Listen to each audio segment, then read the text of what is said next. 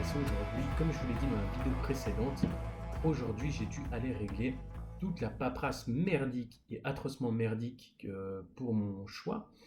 Donc c'est vraiment long, c'est hyper long à faire. Il y a trop de trucs.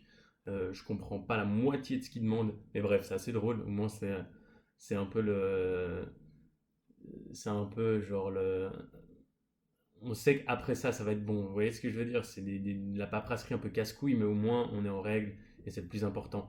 C'est vraiment l'important, c'est vraiment d'être en règle et de toujours un peu avoir pas une porte de secours, mais d'avoir une deuxième carte à jouer. Donc c'est ça que j'ai envie de dire, c'est que il faut jamais faire des choses sous l'effet de l'énervement ou de la frustration ou de vous dire bêtement, ben ouais, fais chier, pays de merde, je me casse et tout plaquer de vous barrer ou des trucs comme ça.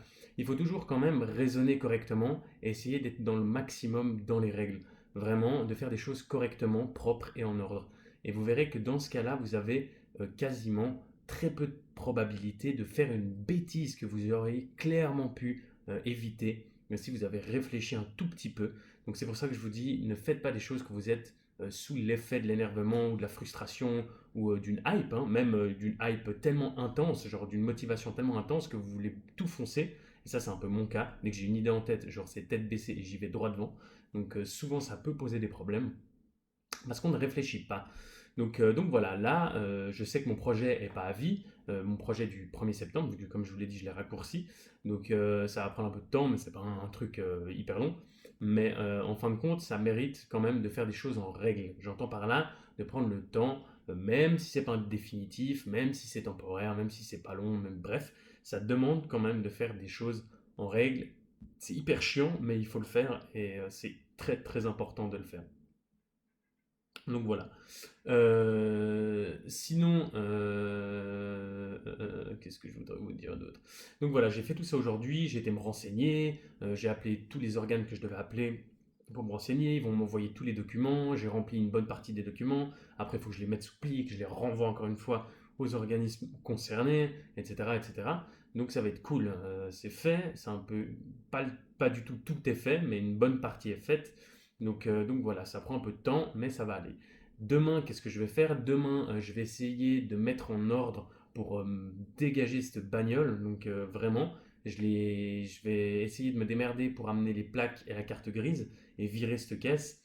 Donc, comme ça, il n'y a plus de soucis, elle est partie et c'est fini, il n'y a plus de voiture. Ce qui veut dire plus de plaques à payer, plus d'essence et surtout plus d'assurance. Donc ça fait donc trois factures de moins à payer et c'est quelque chose de très important. Comme je vous l'ai dit, souvent vous allez chercher à économiser où? Vous allez chercher à économiser sur la bouffe, vous allez chercher à économiser sur des pseudo-sorties, vous allez chercher à économiser sur plein de trucs.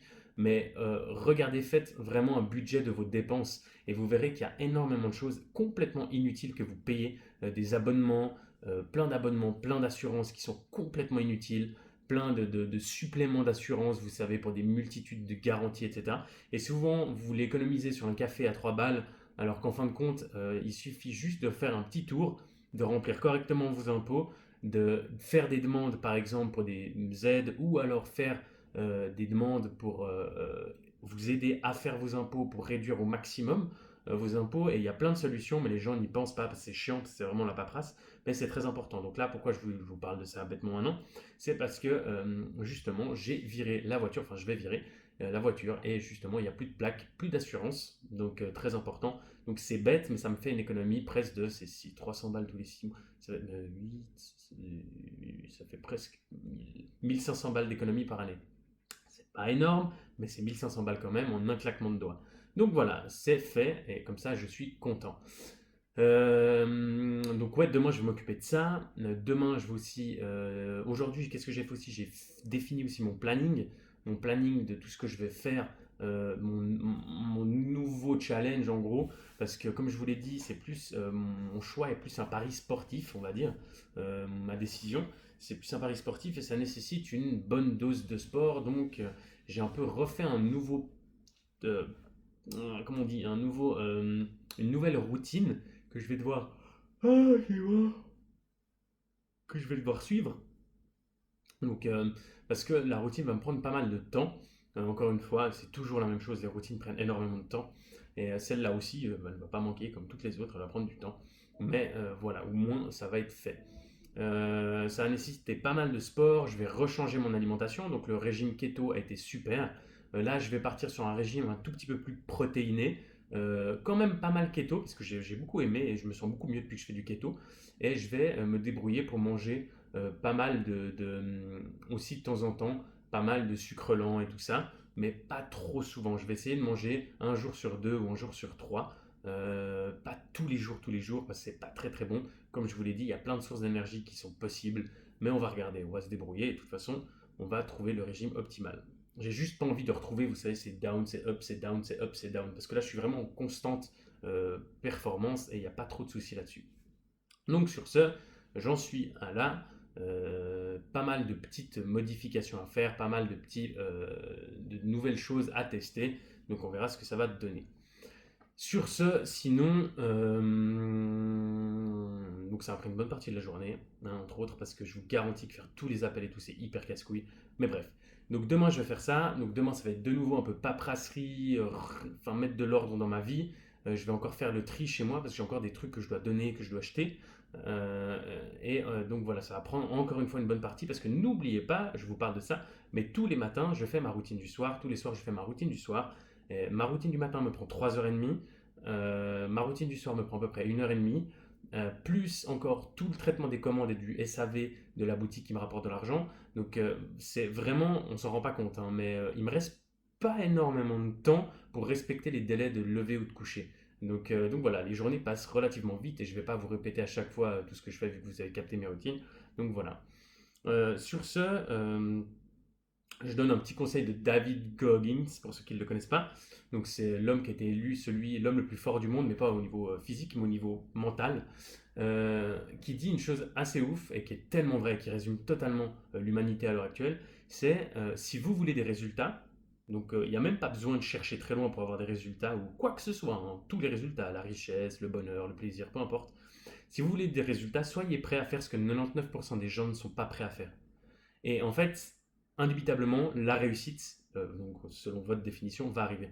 Donc c'est bête, c'est bête. Mais comme je vous ai dit, ça résume tout à fait. 99% des gens ne sont pas prêts à prendre des risques. 99% des gens ne sont pas prêts à prendre des décisions. 99% des gens se victimisent. 99% des gens ne sont pas prêts à assumer. 99% des gens ne sont pas prêts à oser, etc., etc., etc. Soyez prêts à faire ce que 99% des gens ne sont pas prêts à faire et peu importe, vous aurez des résultats. Et vraiment des très très très gros résultats et très rapidement.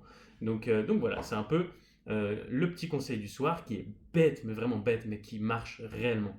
Donc étudiez les gens, pas seulement vous, regardez comment ils se comportent, regardez comment ils parlent, comment ils pensent, et si vous pensez exactement la même chose que ces gens, que 99% des gens, vous aurez exactement les mêmes résultats. Donc apprenez à un peu vous sortir de vous-même, à étudier le comportement des gens et à, bon, pas remettre en cause, mais à juste, pas juger, mais à écouter simplement ce que les gens pensent et comment ils se comportent et regardez les résultats qu'ils ont et regardez comment vous vous comportez. Vous verrez que bien souvent vous vous comportez exactement que la même chose que votre environnement, exactement de la même manière que votre environnement.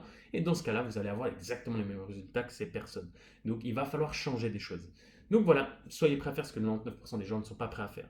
Sur ce les amis, je vous souhaite une excellente soirée, amusez-vous, bisous, ciao.